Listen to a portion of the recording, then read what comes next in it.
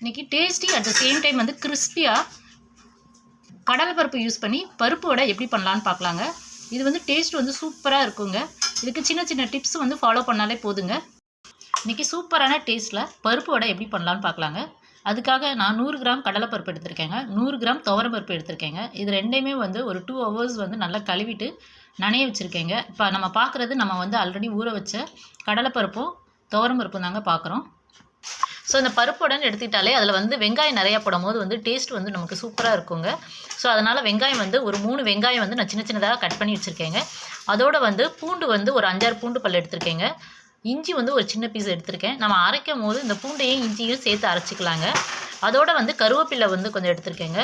பச்சை மிளகா வந்து ஒரு 1/2 பச்சை மிளகா அளவுக்கு நான் வந்து எடுத்திருக்கேங்க. அதையும் வந்து கட் பண்ணி வச்சுருக்கேன். அடுத்தது வந்து சோம்பு வச்சுருக்கேங்க. இப்போ வந்து நம்ம அரைச்சி எடுத்துகிட்டு வந்துடலாம். மாவு வந்து நம்ம அரைச்சிட்டு வந்தாச்சுங்க. மாவு அரைக்கும் போதே வந்து அதுக்கு தேவையான உப்பு போட்டு அரைச்சிட்டு வந்துருங்க. அதே மாதிரி மாவு வந்து ரொம்ப மையாக அரைக்க வேண்டாம், 1-2 அரைச்சிக்கோங்க. அப்போனா தான் வந்து சாப்பிடும் போது அந்த வடையில் வந்து அங்கங்கே வந்து அந்த பருப்பு இருக்கும்போது நமக்கு நல்லா டேஸ்ட்டாக இருக்குங்க. இப்போ நம்ம வந்து மாவு அரைச்சது ஒரு பவுலில் போட்டாச்சு. அதோட வந்து நம்ம எடுத்து வச்சிருக்க கருவேப்பிலையை 2 வந்து கையில் இது பண்ணிட்டு போடுறோங்க. சோம்பு போட்டுடலாம். எடுத்து வச்சுருக்க பச்சை மிளகாவை போட்டுடலாம். நெக்ஸ்ட்டு நம்ம கட் பண்ணி வச்சுருக்க ஆனியன் போட்டுடலாம். இப்போ ஆனியன் வந்து கொஞ்சம் அதிகமாகவே போடுங்க. ஆனியன் வந்து நிறையா போடும்போது நமக்கு வந்து டேஸ்ட்டும் நல்லாயிருக்கும், இன்னும் சாப்பிடும் போது சூப்பராக இருக்குங்க. ஸோ எல்லாத்தையும் போட்டு நல்லா வந்து மிக்ஸ் பண்ணிடலாங்க. எல்லாம் போட்டு மாவு நல்லா பிசைஞ்சாச்சிங்க. இப்போ வந்து நம்ம வந்து வடை போட்டுடலாம். ஸோ இந்த மாதிரி சின்ன சின்ன டிப்ஸை வந்து ஃபாலோ பண்ணி போட்டிங்கன்னா பருப்பு வடை சூப்பராக இருக்குங்க. எல்லாம் போட்டு மாவு நல்லா பிசைஞ்சாச்சிங்க. இப்போ வந்து நம்ம வந்து வடை போட்டுடலாம். வடைக்கு வந்து ஒரு கடாயில் வந்து எண்ணெய் ஊற்றிருக்கேங்க. எண்ணெய் நல்லா காஞ்ச பிறகு வந்து வடையை வந்து தட்டி போடலாங்க. ஸோ எண்ணெய் காஞ்சிச்சு. இப்போ நம்ம வந்து வடையை தட்டி போட்டுடலாங்க. இன்றைக்கி பருப்பு வடை சூப்பராக செய்கிறதுக்கு நச்சுன்னு ஒரு 3 டிப்ஸ் கொடுக்குறேங்க.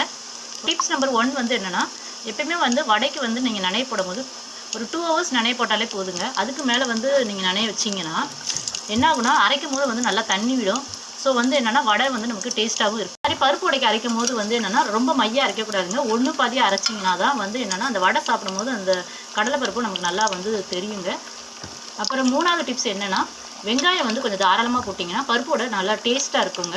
ஸோ இந்த மாதிரி சின்ன சின்ன டிப்ஸாக ஃபாலோ பண்ணிங்கன்னா நீங்களும் வந்து பருப்போட செம்மையாக கலக்கலாங்க. இப்போ வடை வந்து நமக்கு வந்து பாதி வேக்காடு வெந்துருச்சுங்க. இப்போ வந்து நம்ம திருப்பி விட்டுறலாம். ஸோ வடை வந்து நமக்கு ஆல்மோஸ்ட் வெந்துருச்சுங்க. இப்போ வந்து எடுத்துடலாம். ரொம்பவும் சவக்க விடாதீங்க. வடை எல்லாத்தையுமே நம்ம போட்டு எடுத்தாச்சுங்க. எவ்வளோ சூப்பராக வந்திருக்கு பாருங்க. பார்க்கும் போதே நமக்கு சாப்பிட்ணுன்னு தோணுதுங்க. நாங்கள் போடுற வீடியோலாம் உங்களுக்கு பிடிச்சிருந்தா லைக் பண்ணுங்கள், உங்கள் ஃப்ரெண்ட்ஸ் அண்ட் ரிலேட்டிவ்க்கு ஷேர் பண்ணுங்கள். மறக்காமல் D3 சேனலை சப்ஸ்கிரைப் பண்ணி சப்போர்ட் பண்ணுங்கள். Thank you so much.